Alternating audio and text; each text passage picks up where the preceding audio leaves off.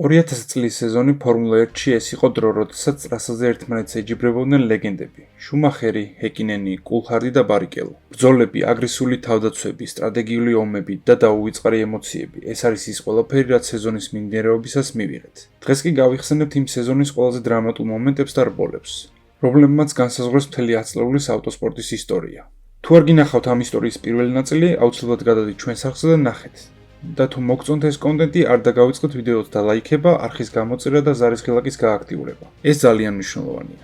შეგახსენებთ, რომ ჩვენს არხს ჰყავს მეგობარი კომპანია Aroma, რომელიც გთავაზობთ ავტოპარფიუმებს და რომელთან ერთადაც უამრავ სურპრიზს ვაპირებთ. Aroma – შენი საყვარელი პარფიუმი ავტომობილში. ასევე ჩვენი გათამაშების 3 გამარჯვებული, რომლებიც Aroma-სგან მიიღებენ ავტოპარფიუმს არიან: კესო კაკაჩია 9001, ნიკა რუხაძე 510 და ლევან ლომსაძე 1772. პირველ რიგში გილოცავთ და გთხოვთ დაგვიკავშირდეთ ჩვენს მეილზე, რომელსაც ვიდეოს აღწერაში დაგიტოვებთ.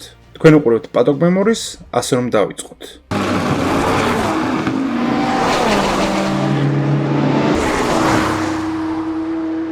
2000 წლის სეზონის მეორე ნახევარი საფრანგეთში დაიწყო, სადაც პილოტებს ცხელი ამინდი დახვდათ. პარასკევს ტრასაზე საფარი 36 გრადუსამდე იყო გაცხელებული. თითქმის ყველა პილოტი უმეტეს ნაწილს ბოქსებში ატარებდა. ინტერვიუში რუბინს ბარიკელომ თქვა, რომ ტრასა ისეთ მდგომარეობაში იყო, რომ საბურავების ეკონომია უნდა გაეკეთებინათ.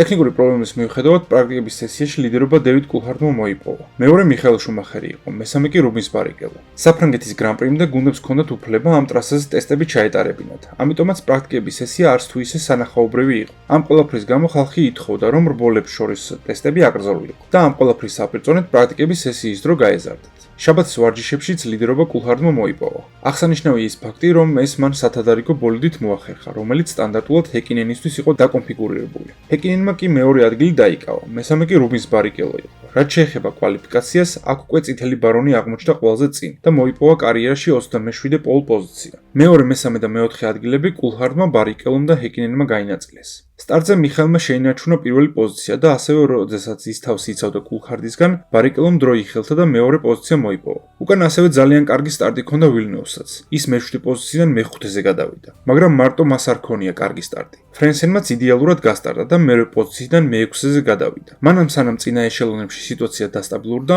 მეორე ათეულში გრძელდებოდა ლოკალური ბრძოლები. მე-10 წრეზე ნიკ ჰეითელმა ცადა გადაესწრო ფიზიკელოსთვის მე-15 პოზიციისთვის ბრძოლაში, მაგრამ დამუხრუჭებისას ნიკმა დაუშვა შეცდომა და მოასრიალა მისი მეწყვილე ჟან ალეზე. სამაგიეროდ ამ მანევრით მან ორი პოზიცია მოიგო, რადგან მან ფიზიკელოსაც გადაუსწრო. რაც შეეხება ლიდერებს, კულჰარდმა შეძლო უფრო კარგად შეინახა საბურავები. 22 წრეზე მან შეუტია რუბინს და მეორე ადგილი მოიპოვა. რბოლის შემდეგ მან განაცხადა, რომ ის აშკარად უფრო სწრაფი იყო სწორი მონაკვეთების ბოლოს, რის გამოც მას შეეძლო მოსახვიში უფრო სწრაფად შესულიყო. ამ მომენტიდან ის ხვდებოდა, რომ შეეძლო გადასწრება. უბრალოდ სწორად უნდა გამოეთვალა მომენტი. ამ ყველაფრის შემდეგ ის მაშინვე დაედევნა მიხაელ შუმახერს, რომელიც მხოლოდ 7 წამით ლიდერობდა. ლიდერებიდან პირველი პიტსტოპზე ჰეკინენი შევიდა 23 წრეზე. ამავე წრეზე სინქრონული პიტსტოპი ჰქონდათ ფრენსონს, ვილნიუსს და რალფ შუმახერს. დაძვრის შემდეგ რალფის ბოლიდი თითქოს და ჩაქრა და მან წამიერა ძალა დაკარგა, რის გამოც რალფმა მე-7 პოზიცია დაკარგა. 24 წრეზე მიხაელ შუმახერი შევიდა პიტსტოპზე. ბოლის ლიდერობა კი დევიდ კულჰარდმა მოიპოვა. 1 წრის შემდეგ კი თვითონ კულჰარდი შევიდა პიტსტოპზე, ასევე რუბინს ბარიკელოც.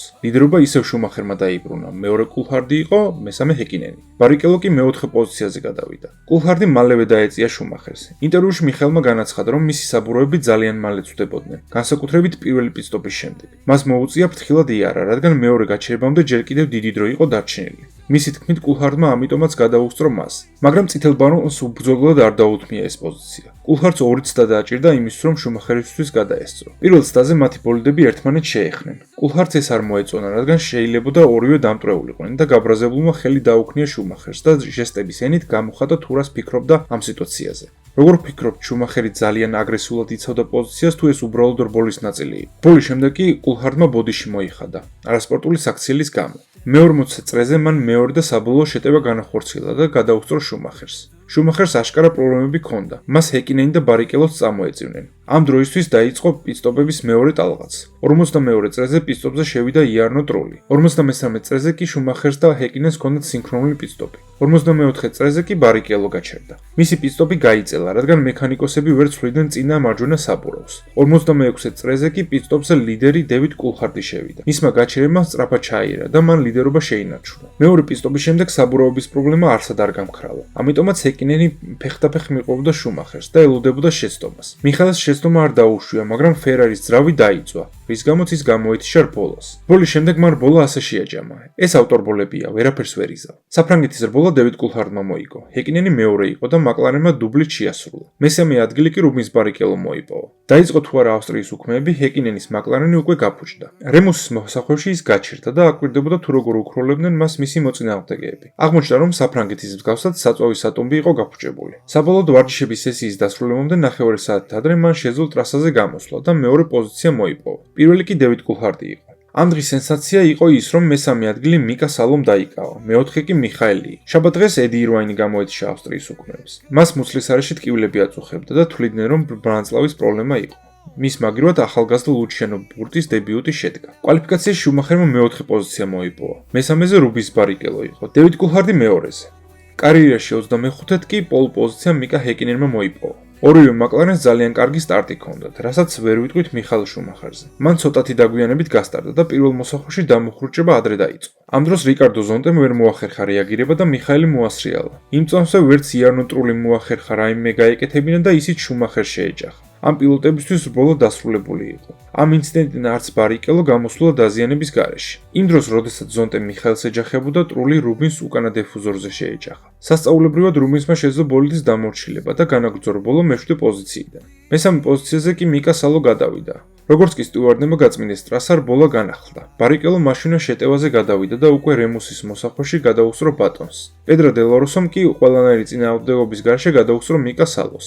ამ დროს ბარიკელომ კიდევ უფრო მოუმატა ტემპს და მეექვსე წრისთვის უკვე ჰერბერტის და მიკა სალოს წინ აღმოჩნდა. იმის მიუხედავად, რომ მესამე ადგილოსანი პედრო დელაროსო 4 წამით უსწრებდა ბარიკელოს, 32 წრეზე ის ბოქსებში შევიდა და რბოლას გამოეთიშა. ტექნიკური პრობლემების გამო. ბარიკელო კი მესამე პოზიციაზე გადავიდა. რბოლაში გამარჯვება ჰეკინენმა მოიპოვა. კულჰარდის დახმარებით კი მაკლარენმა მორიგი დუბლი აიღო. რაც შეეხება რუბენს ბარიკელოს, მან შეძლო და პოდიუმის მესამე საფეხურზე ავიდა. მაგრამ ავსტრიის უქმეებს სკანდალის გარეშე არ ჩაუვლია. შემოწმებისას აღმოჩნდა, რომ ჰეკინენის ბოლიდის ელექტროსამართავზე პლომბი არ იყო. ერთი კვირის შემდეგ FIA-მ მიიღო გადაწყვეტილება დაეჯარებინებინათ მაკლარენი 10 ქულით.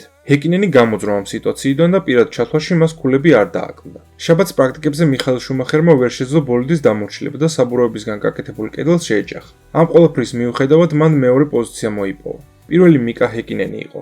კვალიფიკაციის დაწყებისას წამოვიდა წვიმა. ბარიკელომ საწვიმარე საბურავებით გადაწყვიტა ტრასაზე გამოსულიყო, მაგრამ მის ბოლიდს მალევე ძრავი გაუფუჭდა. პოლ პოზიცია დევიდ კულჰარდმა მოიპოვა, მეორე მიხაელ შუმახერი იყო, მესამე კი ჟან კარლო ფიზიკელო. 100,000-ზე მეტი მაყურებელი შეიკრიბა გერმანიაში, რათა ეგულშემატკივრად საყვარელი პილოტებისთვის. რა თქმა უნდა, აბსოლუტური უმრავლესობა მიხაელ შუმახერს კომაგობდა. სამწუხაროდ მათ ცუდი ამბები ელოდათ. კულჰარდმა ცოტათი უკეთესად გასტარდა და მაშინვე გადაუკეთა გზა შუმახერს. ამ დროს ჰეკინენმა იდეალურად გასტარდა და პირველ პოზიციაზე გადავიდა. ამ მომენტში ფიზიკელომ ვერ შეძლო დამუხრუჭება, შეეჯახა მიხაელ შუმახერს და ორივე გამოეთიშნენ რბოლას.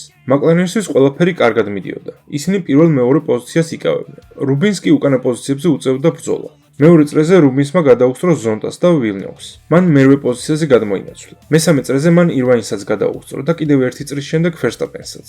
ის უკვე თავის ლიმიტებზე დადიოდა. მეხუთე წრეზე მან ჯონი ჰერბერტს გადაუსწრო და შემდეგ წრეზე საუკეთესო დროც დააფიქსირა. მე-12 წრეზე მისი მსხვერპლი უკვე პედრო დელაროსო გახდა. ბარიკელომ უკვე მეოთხე პოზიციაზე გადაინაცვლა. მე-14 წრეზე კი მან იანოტრულის გადაუსწრო და მესამე პოზიცია მოიპოვა. ეს იყო ერთ-ერთი საუკეთესო კამბექი ფორმულა 1-ის ისტორიაში. 25 წრეზე გამოჩნდა ყვითელი დროშები, რადგან ტრასაზე ადამიანი გამოვიდა, რომელსაც თეთრი მოსასხამი ჰქონდა შემოხვეული წარწერით Mercedes-Benz. პილოტები მაშინ ბოქსებისკენ გაეშურნენ. ეს იყო შანსი ბარიკელოსთვის. პიტსტოპების შემდეგ ისევ ჰეკინენი ლიდერობდა. მეორე ადგილს ტრული იკავებდა, მესამეს კი ბარიკელო. ტრასაზე წვიმა წამოვიდა. 34 წრისთვის პილოტებმა გადაწყვიტეს საწვიმარ საბურავებზე გადასულიყვნენ, მაგრამ ბარიკელომ პიტსტოპზე უარი თქვა და ტრასაზე დარჩა, რითაც რბოლის ლიდერი გახდა. ჰეკინენმა შეძლო მეორე პოზიციაზე გადმოსვლა, მაგრამ ბარიკელომდე მას 10 წამი აშორებდა.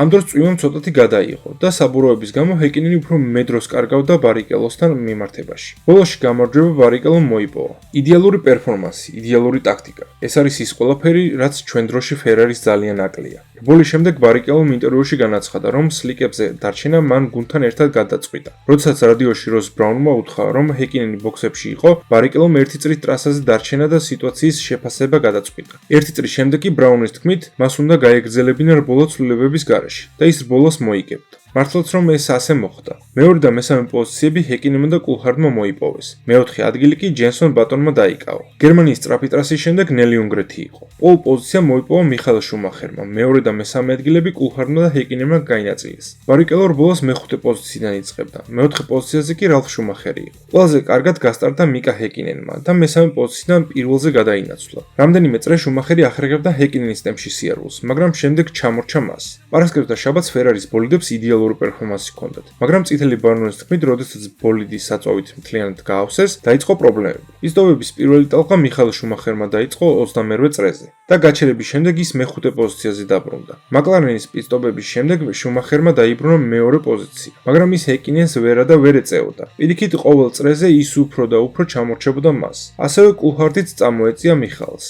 ბოლის დასრულებამდე კულჰარდი ყველანაირად ცდილობდა გადაესწრო მიხაელისთვის, მაგრამ ამაოდ. შუმახერი ყველანაირად იცავდა თავს. ჰეკინენმა ეს რბოლა მოიგო. მეორე მიხაელ შუმახერი იყო, მესამე კი დევიდ კულჰარდი. საჩემპიონო ბრძოლაში ახლა უკვე ჰეკინენი გადავიდა პირველ ადგილას. მან შუმახერს 2 ქულით გაუსწრო. ბელგიაში ისევ წამოიჭრა თემა პარასკევის პრაქტიკებთან დაკავშირებით. ზოგი თვლიდა, რომ პრაქტიკების დრო უნდა გაზრდილიყო და ტესტები გაეუქმებინათ. ზოგი კი პირიქით. კულჰარდი, ჰეკინენი და შუმახერი თვლიდნენ, რომ პარასკევის პრაქტიკები საერთოდ გასაუქმებელი იყო და უქმებაზე დატვირთვა უნდა შემცირებულიყო. მხოლოდ შაბათდილის პრაქტიკები უნდა დაეტოვებინათ და საღამოს უკვე კვალიფიკაცია იქნებოდა. ხუთშაბათს მთელი სესია ლიდერებმა ბოქსებში გაატარეს. მხოლოდ დასრულებამდე 10 წუთით ადრე გამოჩნდნენ ტრასაზე. დააფიქსირეს თავიანთი სწრაფი წრეები და დატოვეს ტრასა. პირველი კულჰარდი იყო, მეორე ჰეკინენი, მესამე კი ჯონი ჰერბერტი. მიხაელ შუმახერი მეხუთე ადგილას განთავსდა. კვალიფიკაციაში ჰეკინენი დაწყებისთანავე გამოვიდა ტრასაზე და დაიკავა შუალედური პოლ პოზიცია, რომელიც ბოლომდე შეინარჩუნა.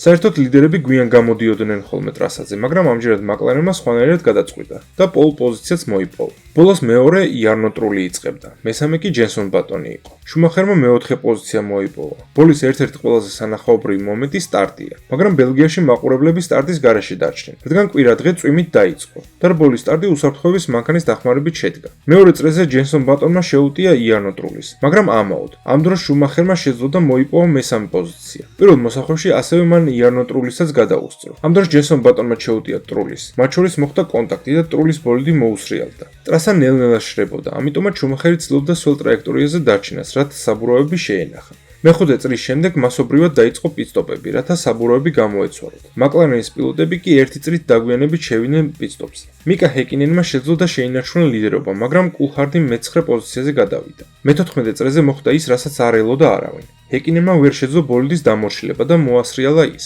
ამ დროს მიხაელ შუმახერმა შეძლო ლიდერობა მოიპოვა. 22 წრეზე მიხაელი გაეშურა პიტსტოპისკენ. ლიდერობა ისევ ჰეკინენმა მოიპოვა. რალფ შუმახერი კი მეორე პოზიციაზე გადავიდა. ჰეკინენი ბოქსებში 4 წრით გვიან შევიდა ვიდრე შუმახერი და ეს აღმოჩნდა გადამწყვეტი იმ დღეს. ყოველ წრეზე ჰეკინენი ამცირებდა დისტანციას შუმახერთან მიმართებაში. და ბოლის დასრულებამდე 4 წრით ადრე დაიწყო ბრძოლა გამარჯვებისთვის.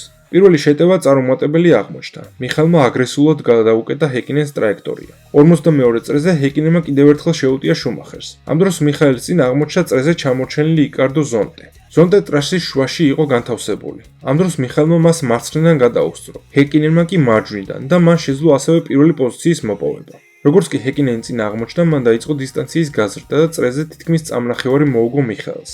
ამ ნოტაზე რბოლა დასრულდა.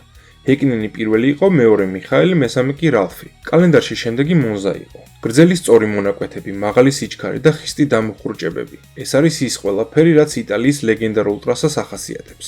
რბოლამდე იტალიაში ჩატარდა 4 დღიანი ტესტები, ამიტომაც პარასკევს პრაქტიკებმა ისევ დაკარგა თავისი აზრი. კვალიფიკაციაში პოლ პოზიცია მოიპოვა მიხაელ შუმახერმა. ბოლოს მეორე პოზიციიდან რუბინს ბარიკელო იწყებდა. მესამე კი ჰეკინენი. სტარტზე მიხაელმა შეინარჩუნა პირველი პოზიცია, რასაც ვერ ვიტყვით რუბინს ბარიკელოზე. მას ორივე მაკლარენმა და იარნო ტრულიმ გადაუსწრეს.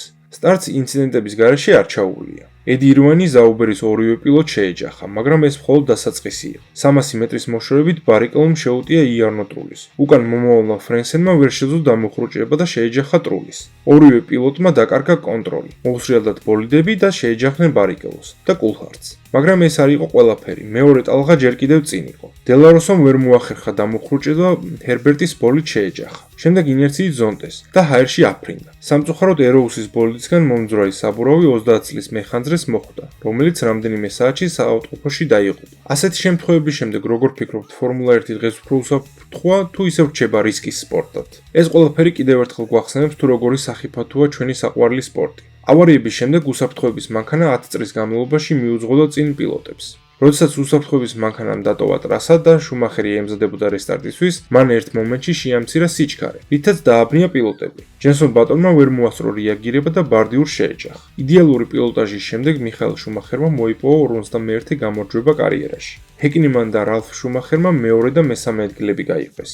მონზაში ემოციური გამარჯვების შემდეგ ის ჰეკინენს მხოლოდ 2 ქულით ჩამორჩებოდა. შემდეგი ამერიკული ინდიანოპოლისი იყო, სადაც კვალიფიკაციაში მიხაელ შუმახერმა საუკეთესო დრო დააფიქსირა. მეორე კულჰარდი, მესამე კი ჰეკინენი იყო. პრესკონფერენციაზე ჰეკინენმა განაცხადა, რომ კარგი იყო უკანა პოზიციიდან სტარტი, რადგან სტარტ-ფინიშის ხაზი ძალიან ახლოს იყო პირველ პოზიციასთან და წინა ხაზს გაუჭირდებოდა სტარტი. ამ განცხადების შემდეგ ფერარიმ რბოლის დირექციას მოთხოვნა რბოლის დაწყება ერთი პოზიციით უკან გადაეწიათ. დირექციამ ეს მოთხოვნა დააკმაყოფილა. ალბათ ჰეკინენი ნანობდა კიდეც, რომ ფიქრები თავისთვის არ დაიტოვა. მანამ სანამ წითელი შუქები ჩაქრებოდა, კულჰარდმა გასტარტა. მან ლიდერობა მოიპოვა, მაგრამ ყველა ხვდებოდა, რომ ეს ფალსტარტი იყო და მას მალე დააჯარიმებდნენ. თავიდან მან სცადა დისტანციის გაზრდა, მაგრამ შემდეგ შენელდა და მიხაელის დაბლოკვა შეეცადა, რათა ჰეკინენს შანსი მისცემოდა. მაგრამ მიხაელმა შეძლო და ძალიან მალე გადაუსწრო დევიც. მე-7 წრეზე დაიწყო მასიური პიტსტოპების სერია, რათა საწვიმარი საბურავები მოეცილებინათ. ფერარში გადაწყვიტეს მიხაელისთვის არ შეეცვალა საბურავები და ტრასაზე დატოვეს. კულჰარდმა კი 10 წამიანი სტოპ-ენდ-გო ჯარიმა მიიღო.